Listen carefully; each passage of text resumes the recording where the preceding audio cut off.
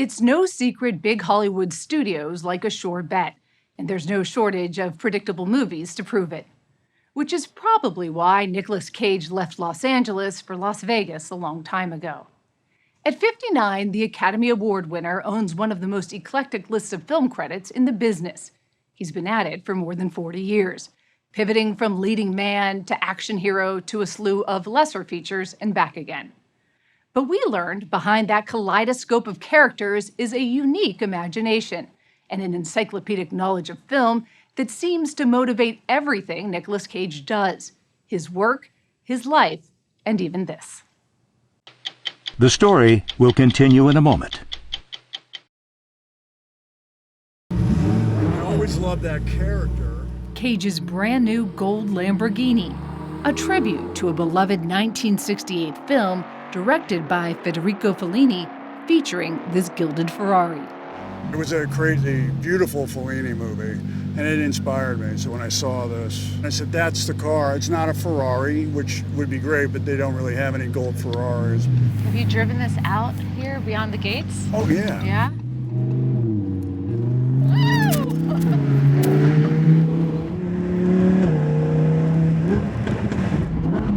It's fun. Snap, crackle, pop, right? By any measure, Nicolas Cage is not slowing down. He's revamping the role of Dracula in a movie out now called Renfield. Please, come in. And has another 5 movies coming up. Woo. We met Nicolas Cage at the home he shares with his wife and young daughter in Las Vegas. It is exactly what you might imagine Nicolas Cage's home in Las Vegas would be. Part goth cathedral, part avant-garde gallery. Okay, Hogan. There's an African crow in the living room, a cat that could scare off a burglar, and this. This is my black dragon. It's a monitor lizard. He'll get to be about 6 feet long. He's like having a real dinosaur in your house. It's kind of amazing. And he's alive. That kind of imagination is in his DNA. Nicholas Kim Coppola was born on the fringe of cinema royalty. His uncle is director Francis Ford Coppola. He told us his mother, Joy, a choreographer, suffered from severe mental illness and was institutionalized for much of his childhood. He and his 2 brothers were raised by his father, August, a literature professor, who introduced him to the masterworks of Italian and German filmmakers, igniting his love of cinema. As a teenager, he worked at a movie theater and says he was mesmerized by the big screen. Was it about being a movie star, or No. was it about escaping into something else? It was about wanting to be James Dean in Rebel Without a Cause and wearing that red jacket, wanting to be John in Saturday Night Fever. I came out of the cinema electrified. I was like, yeah, wanting to go there. Purchasing agency, I can't. And after seeing James Dean in East of Eden, he did. It was more meaningful to me than anything else I'd experienced. Music, Beethoven, Beatles, painting. What I saw in that moment made me realize the power, the excitement of what you can convey through film performance. He's been in pursuit of that feeling for most of his life. Hey, Birdie. Inhabiting characters of every stripe. A baby-snatching ex-con. I've been taking these Huggies and whatever cash you got. To the bed. A Brooklyn baker. An alcoholic screenwriter.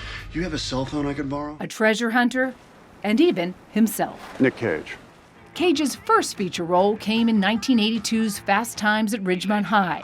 The 17-year-old blends into the background, but his Coppola name did not. His uncle directed The Godfather and Apocalypse Now. Sick of being hazed about it on set, he changed his name, inspired by a Marvel superhero with unbreakable skin.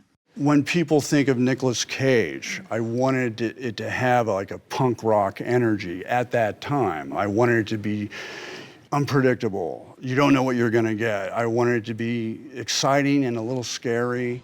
It has been. After more than 100 movies, Nicolas Cage is almost his own genre. He told us when he read the script for Peggy Sue Got Married, he worried it was going to be too much like the play Our Town. How did you know about that? Which he hated. I grew up watching Gumby and listening to Pokey, and I thought, well, that would be a good voice for a character, especially in this movie. Thank you for saving me. And so I thought if I do that, that won't be boring. That'll be like, what the hell is he doing? Things just work out better in the end. And Kathleen Turner said, like, what the hell is he doing? You know, I think I frustrated her with the performance, but I adored her. Did she ever say, like, knock it off? Oh, yeah. But Cage would draw from odd places again in the Coen brothers' Raising Arizona. How did you envision that role? H.I. McDonough was like that thrush muffler symbol, the Woody Woodpecker with the cigar. I saw him with like the red hair sticking up, like a Looney Tunes character come to life again. I want to ask you about one scene in that movie. You're having your mugshot taken, and you turn, and as you're walking away, you slap your ass. Let me know how those come out. I had it all thought out. Giddy up, you know, like he's getting himself up out of the mugshot.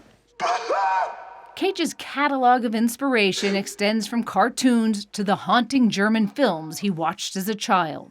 You've been influenced by German expressionists. What does that look like? Well, what it is specifically movies like Cabinet of Dr. Caligari or Nosferatu or Metropolis. The mad scientist shows the robot hand and it goes like that. You know, it's just like large expressionistic acting. So I put that into Moonstruck. I lost my hand. That's exactly a direct steal. I lost my hand! I lost my bride! Johnny has his hand! Johnny has his bride! You want me to take my heartbreak, put it away, and forget? Come on. 35 years on, Ronnie Camilleri, the operatic one-handed baker in the romantic comedy Moonstruck, remains one of his most memorable roles. You can do this one thing for me. But Cage says it was a small movie called Leaving Las Vegas that was the answer to his prayers. What did you think when you first read that script? That was the feeling that I had with East of Eden and James Dean. It's like, this is the kind of movie I really want to make. A heartbreaking drama about two wounded people who somehow have this true love. How did you figure out how to play that role? Well, I looked at a lot of great movies. I looked at Chris Christopherson in A Star is Born. From him, I got that feeling of he was always smiling. In my view, the only thing sadder than a person who's in a sad situation and knows it is a person who's in a sad situation and doesn't know it.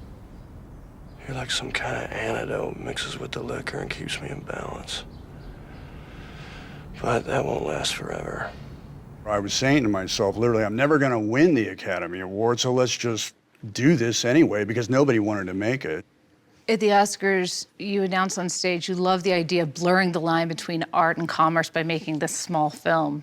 And then you start doing these big action films. Yeah, that was about staying unpredictable and trying something new again. But at the time when I did it, I think it pissed a lot of people off. You know, it was like, well, you're an actor's actor. You're not supposed to be doing adventure films.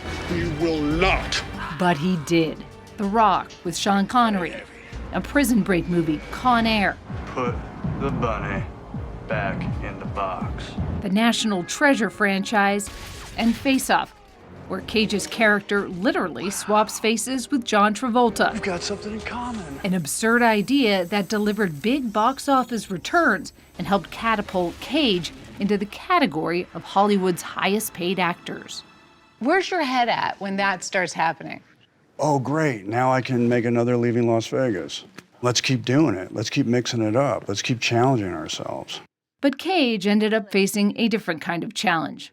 We wanted to ask him about reports that he blew through his fortune, buying exotic cars, mansions around the globe, even a dinosaur skull. But his African crow, Hugin, objected to the line of questioning. Hi, Hugin. Right on Hi, cue. It's nice to hear you're talking again. I know everybody in the house kind of freaked you out. The houses, right? Castles in Germany, in England, in Ireland, a mansion in New Orleans. Right. What's that about? I was overinvested in real estate. It wasn't because I spent $80 on an octopus. The real estate market crashed, and I couldn't get out in time. How much money did you end up owing to the IRS and to your creditors? I paid them all back, but it was about $6 million. I never filed for bankruptcy. He moved to tax-free Las Vegas, dug in, and worked non-stop making 3 to 4 movies a year. That had to be a dark period for It you. was dark, sure.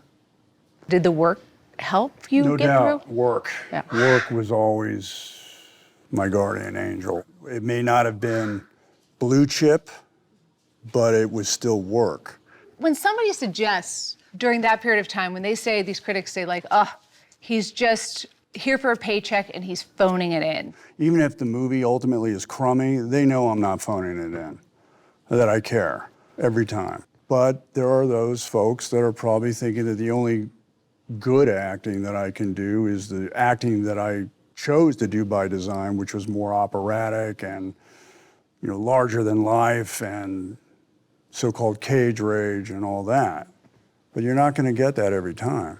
Please, sir. But part of the appeal is the cage rage, a moniker his fans have for his outsized, some say over-the-top moments on film. Trying to help you and you won't listen! You go for it. Yeah. I've heard you've described it as like going for the triple axel every time. And sometimes you land it and sometimes you don't. Well, not every time. But there are things that I do want to go for, sometimes that I have a vision for, and I do. Like his 2021 performance as a heartbroken chef in the movie Pig. None of it is real. The critics aren't real. The customers aren't real. Because this isn't real. When I played Rob in Pig, I felt I entered the room. I felt that I was closer to me than maybe I've ever been before in film performance. She died. What do you mean closer to you? That I wasn't acting. I felt that I was doing exactly what I care about. I think it's probably my best movie, and I think I'll put that up against Leaving Las Vegas or anything else. That would include his turn as Dracula in his latest movie, Renfield. Cage met us at a favorite hangout on the Strip to talk about The Count. We have much to discuss. Dracula is daunting. I am Count Dracula. Because it's a legacy. It's my servant. Dracula is a character that has been done well many times. He's also a character that has been done poorly many times. But for me, I think Christopher Lee, he was my Dracula. He made Dracula scary, We had a happy marriage in terms of I could bring where I wanted to go, like into the camera with the teeth, almost like the shark in Jaws, like. You seem like a guy who's all in all the time. You don't do anything halfway. Very insightful, Sharyn. Very, very insightful. Let's eat.